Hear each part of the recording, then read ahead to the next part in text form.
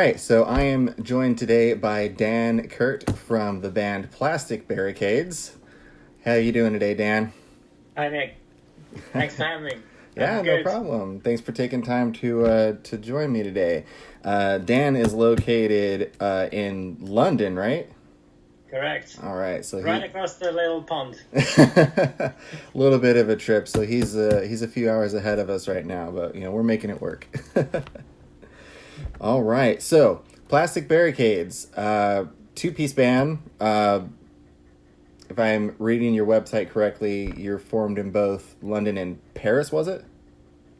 Yeah, so Paul, the drummer, lives in Paris now, and I'm still in London. So we're kind of in between somewhere, okay. Right in the British Channel. Sure. Floating around. Nice.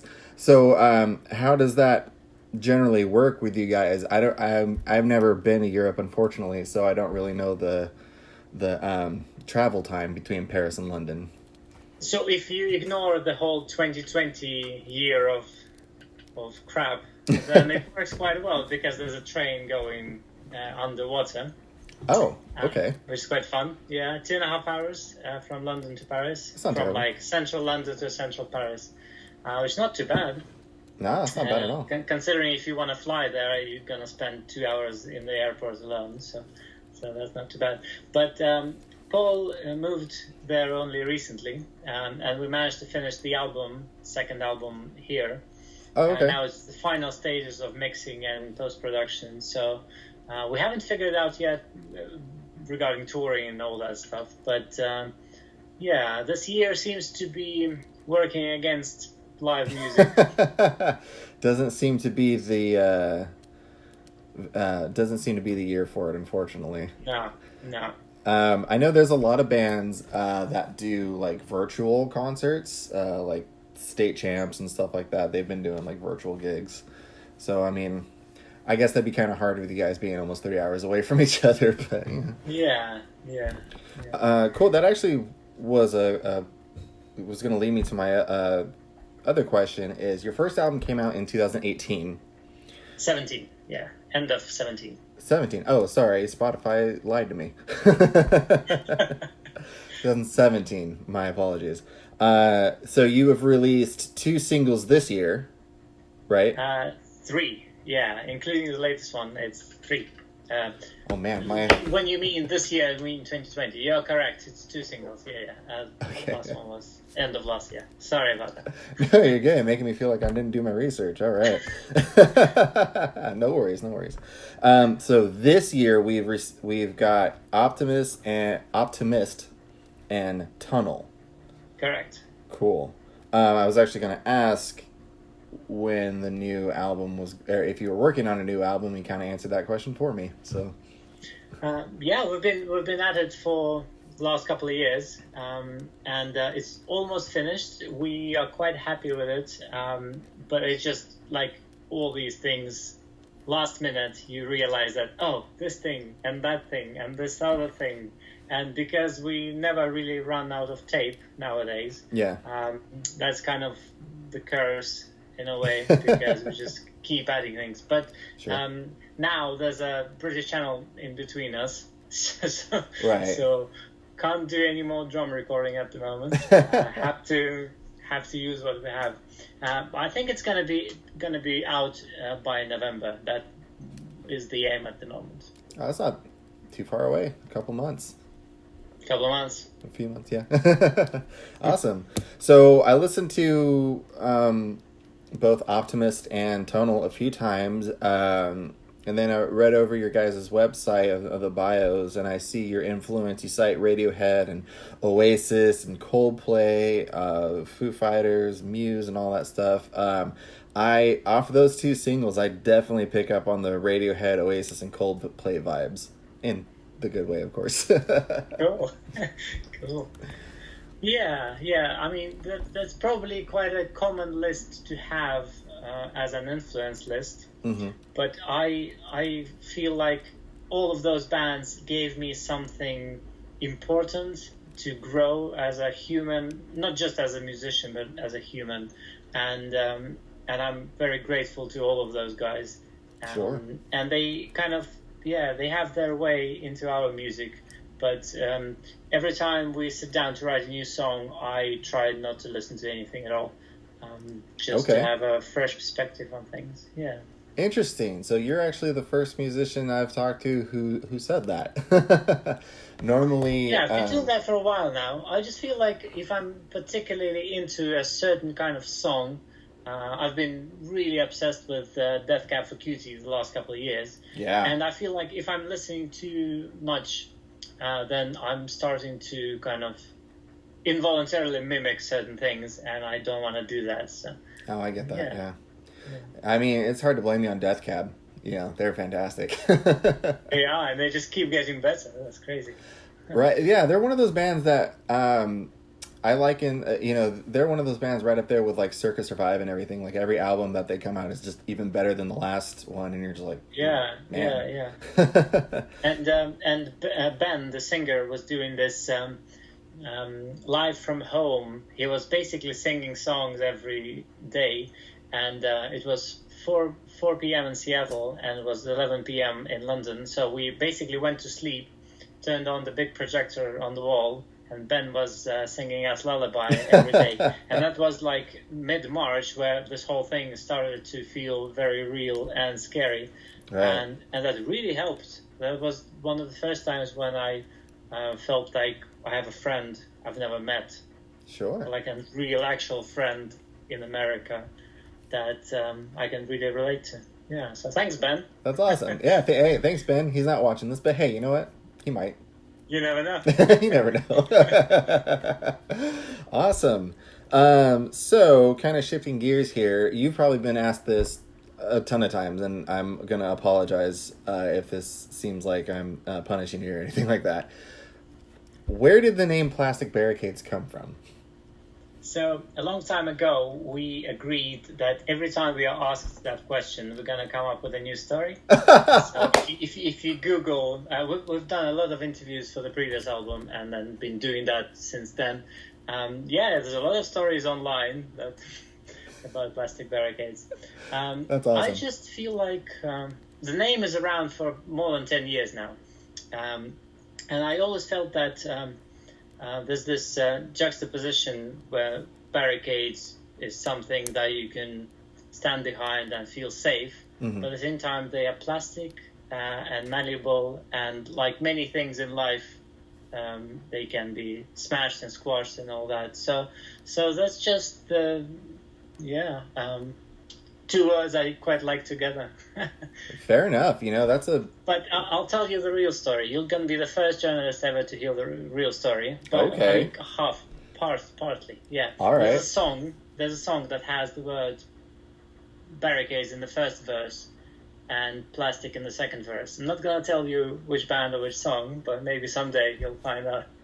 Interesting. So let's see. The name's been around for 10 years, so we're looking at the 2010 era. Yeah. I'll have to do my research and get back to you on that one. Sounds good. I've got a challenge for myself now. When I hear Barricade, the first thing that comes to mind is the song Barricades by Interpol, which is one of my personal favorite bands. Cool. But yeah, I'm gonna crack it. I'm gonna figure it out. Nice one. That's awesome. So a lot of times I like to ask, especially during this time, ever since March, everybody's under quarantine or under a lot of restrictions. I mean, I'm up here in Washington, so there's still a lot of, some places are in phase 1, some places are in phase 2, stuff like that. So it's kind of all over the place. Aside from working on the new album, what have you guys been doing to kind of keep busy? So when this whole thing started, I quickly realized that we were kind of prepared for it in many ways, and very lucky to have. So I'm currently in the studio, which is in my backyard. Hey, it works. Which is perfect. So my commute to work takes me exactly 6 steps from the kitchen to the studio, and it's fully equipped. It took us 5 years to make sure it sounds good as a room. It's a nicely built little shed with a 22-track recorder, so we can do everything here. And that was kind of the point with this latest album, to strip it all down, use minimal amount of equipment, minimal amount of post-production, and just be as real as we possibly can. Just like write the song here, record it here, mix it here, and make sure that the song dictates what it wants to be rather than us dictating the song. So keeping busy, that's how we do it. We just obsess over the songs we shouldn't be obsessing about. But having a studio here really helps, so I can just work. Nice. So that's an interesting point. So all the singles and everything have been released recorded in your studio? Absolutely. The only outside influence is the mastering stage, which can't really do here. Right. So that was done in a proper full-on studio with our good friends at Metropolis, which is this famous studio mainly for Oasis and Led Zeppelin influences, but also huge amount of other bands. But everything else, all very DIY, specifically DIY. So we just wanted to sound like the band next door, which I'm sure we do sound for the neighbors. They love it. Oh, I'm sure. Well, I got to give you guys massive props, because the mixing and production value on your songs are fantastic. Oh, thanks, man. On That's these all, Paul. 2 singles. I'm just making noises, and he's like, "Oh no, 22 more tracks with noises to mix." It's been fun. It's That's been awesome. up and down in terms of, sometimes you wake up and then you listen to the thing from yesterday and you think, "Oh my God, this is genius." And then the next day you wake up again. It's exactly the same file, and it just sounds meh. I hear you. So we've been fighting with that for the last year and a half. I can relate. When I'm editing these videos, I'm like, "Oh my God, why did I do that?" Or "That was genius." So I totally get it. But I think we kind of found during the process, we found a way to overcome that. We just started to fall in love with certain little mistakes and kind of noises and sounds that shouldn't be there in the first place. So you go to a big studio, they will cut it out. Right. And we thought that's pretty cool. So when you listen to Optimist, the first thing you hear is Paul saying "again," which is basically him doing like 50-second take of the track and saying "again" to me to hit record. And we just thought that one word "again" that's in a way is optimism for us, because you Sure. keep trying and keep trying and keep trying. Staying optimistic about it. So we left a lot of real stuff in there, and the album is going to be fun to listen to, especially on loud volumes, because you'll hear all the little neighbor's dog doing the take and that kind of stuff. With the first single, you hear our good old Ford Transit touring van, Nice. starting and pulling away, which is now, unfortunately, it's been scrapped. So it's always going to be there in the song in the beginning, first 5 seconds, including the steering rack making loud noises requiring repair. It's good fun. Yeah. That's great. So I think as soon as the musician can let go of this perfection thing, life becomes much more enjoyable, and songs become more real and more human. Nothing's perfect, and that perfection, especially in the studio, it just ruins the mood and ruins everything. Absolutely. Yeah, perfection sucks, man. Just be you, Because I've never liked music or bands that are overproduced and, they use way overused Pro Tools and stuff like that, and then you go to see them live and they sound nothing like their album, and it's just like... Yeah. You kind of feel lied to, That's why we like to call, when we're asked about the genre thing, we just call ourselves indie, because then we can get away with a lot of things. I don't really have to do anything specific. You don't have to go into like 8 different subgenres. Oh, we're, indie, mathcore, post-punk rock, Yeah, I get that. Yeah. We're just making noises through a speaker. That's how I describe it. I did an interview a while ago with Tom Kunsman. He's from a band called 18th and Addison, as well as Black Mansions. And I talk to him every now and then too, and he likes to... I did a review of one of their albums, I think it was Vultures. Anyway, one of them, and I kind of likened it to post pop punk, and he's like, "Really?" I was like, Yeah. I'm like, I don't know, man. I just got to label it as something. Yeah. I guess that's more your job. Yeah. Yeah. I'm fine with whatever you call us. Good. That's what I call you. Is good. Cool. Cool. Well, Dan, thank you for taking some time out of your day to meet with me. I know it's getting kind of late over on your side of the world. Plugs. Where can my viewers find more Dan Kert and Plastic Barricades in general? So the whole anti-social media is clearly there. So yeah. But I mean, I think the easiest way is just put Plastic Barricades band into Google.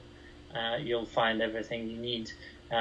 Spotify is obvious thing, but some people listen to us on Deezer and other things which I'm not really familiar with. And YouTube.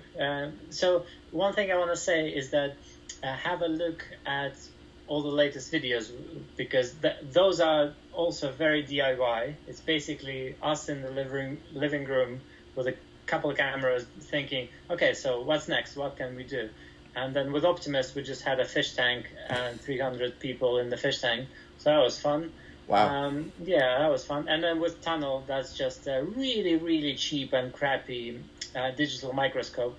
And we started filming, and then it just looks out of this world, surreal kind of thing.